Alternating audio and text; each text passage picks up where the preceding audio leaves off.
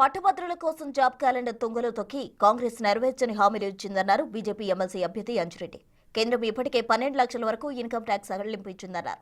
NDA సర్కార్ తెలంగాణకు పెద్దపీట వేస్తుందంటున్న అంజిరెడ్డితో మా ప్రతినిధి Srinivas face to face. Party పట్టభద్రుల ఎమ్మెల్సీ అభ్యర్థిగా అంజిరెడ్డిని అందరికంటే ముందే ప్రకటించింది. ఇటు పట్టభద్రుల ఎమ్మెల్సీ ప్రచారం లోపల జోరు పెంచింది. కరీంనగర్ లోపల ఆఫీసు కూడా ప్రారంభం చేసుకున్నారు. ప్రస్తుతం నాకు అందుబాటు లోపల ఎమ్మెల్సీ అభ్యర్థి అంజిరెడ్డి గారు ఉన్నారు.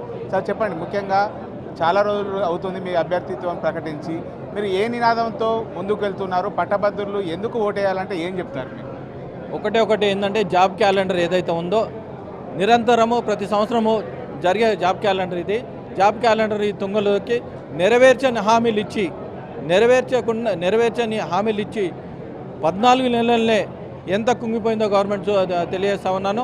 ఇంకొకటి ఏంటంటే ఏదైతే వీళ్ళు గ్యారంటీలు ఇచ్చారో ఏ గ్యారంటీని ఇంతవరకు నెరవేర్చలేదు. అదే నిరుద్యోగుల విషయంలో కూడా నిరుద్యోగ వృత్తి ఇస్తాని ఇంతవరకు నిరుద్యోగికి 4,000 ఇస్తాని ఎవరికైనా ఇచ్చిర్రా? ఆడపిల్లలకు స్కూటీ ఇస్తున్నారు, ఎక్కడైనా ఇచ్చిర్రా? ఇవన్నీ ఇచ్చిన తర్వాత మీరు ఓటు హక్కు అడగడానికి మీకు అర్హత ఉంది లేదా? నిరుద్యోగులు యువకులు ఎవరైతే ఉన్నారో వీళ్ళందరికీ బుద్ధి చెప్పాలంటే ఓటుతో బుద్ధి చెప్పాలి. భారతీయ జనతా పార్టీ నిరంతరం మీ ఎంబడుండి మీకోసం ఫైట్ చేసేది. మండల్లో మీ గొంతుకనై ప్రశ్నించే గొంతుక మీకు ఓటేస్తే మీకు బాగుంటుంది. మీ తరఫు నుండి ఏదైనా కానీ పనిచేస్తానని కూడా నేను తెలియజేస్తా ఉన్నాను. ఈ 4 జిల్లాల పరిధి లోపల కాంగ్రెస్ అభ్యర్థులకు సంబంధించి ఎమ్మెల్యేలు ఎక్కువగా ఉన్నారు, వారికి ఎక్కువ సపోర్ట్ ఉంది. మీకేమో ఎంపీల సపోర్ట్ ఎక్కువగా ఉంది.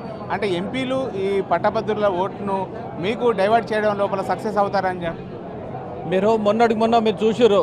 గతంలో ఏదైతే ఎమ్మెల్యే ఎలక్షన్లో 8% మాకు రావడం జరిగింది, ఎంపీ ఎలక్షన్లో మాకు 50% రావడం జరిగింది. ఉత్తర తెలంగాణ ఏవైతే ఎంపీలు ఉన్నాయో కరీంనగర్ అయినా మేమే గెలిచినాం, మెదక్ అయినా మేమే గెలిచినాం, తర్వాత ఆదిలాబాద్ అయినా మేమే గెలిచినాం, నిజామాబాద్ అయినా మేమే గెలిచినాం. దీంట్లో 7 ఎమ్మెల్యేలు మేము గెలిచినాం. 41% మేధావులంతా మా సైడే ఉన్నారు. దీన్ని బట్టి ఆలోచించుకోవాలి. 41% ఇంక్రీజ్, 8% to 41% ఇంక్రీజ్ అయింది. ఇవన్నీ ఏమవుతుందంటే ఒకటి మేధావులంతా మోదీ గారిని చూస్తూ ఉన్నారు. మేధావులు ఎందుకు చూస్తూ ఉన్నారు? నిన్న బడ్జెట్లో 12 లక్షలు వితౌట్ ఇన్కమ్ ట్యాక్స్ 3 లక్షలు ఉన్నదని 12 లక్షలు పెంచడం జరిగింది. ప్రతి ఒక్కరికి ఏంటంటే ఎంత ఫెసిలిటీ ఇచ్చిరో మీరు ఆలోచించుకోవాలి. రాబోయే రోజుల్లో రోడ్ల విషయంలో అయినా సరే, మీ ట్రైన్ల విషయంలో అయినా సరే, కోచ్ ఫ్యాక్టరీస్ విషయంలో అయినా సరే, ఇక్కడ ఎయిర్పోర్ట్ల విషయంలో అయినా సరే, మొన్న మీకు ఏంటంటే ఎయిర్పోర్ట్ విధంగా చెర్లపల్లిలో పెద్ద రైల్వే స్టేషన్ కట్టడం జరిగింది. అంటే డెవలప్మెంట్ ఎంత ఇప్పటికి మొన్న బడ్జెట్లో 100 ట్రైన్లు ఈ ట్రైన్లు పెట్టడం జరుగుతుంది, వందే మాత్రం ట్రైన్లు. దీన్ని బట్టి మీరు ఆలోచించుకోవాలి ఏంటంటే ఎంత ఫాస్ట్గా వెళ్ళిపోతూ ఉన్నది. నేషనల్ ఎడ్యుకేషన్ పాలసీ కూడా తీసుకురావడం జరుగుతుంది.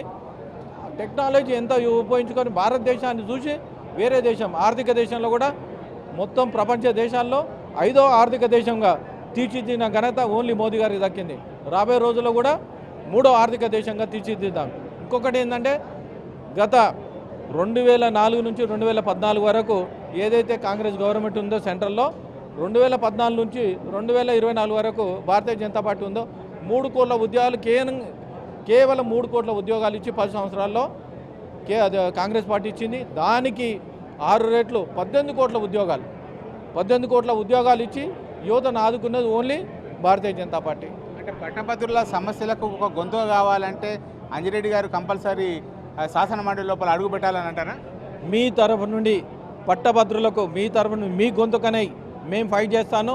మీ ఫైట్ చేసి మీకు ఏమైనా రావాల్సిందో ఎట్టి పరిస్థితుల్లో తీసుకొచ్చారు, నిరంతరం పోరాటం చేస్తామని కూడా నేను తెలియజేస్తా ఉన్నాను.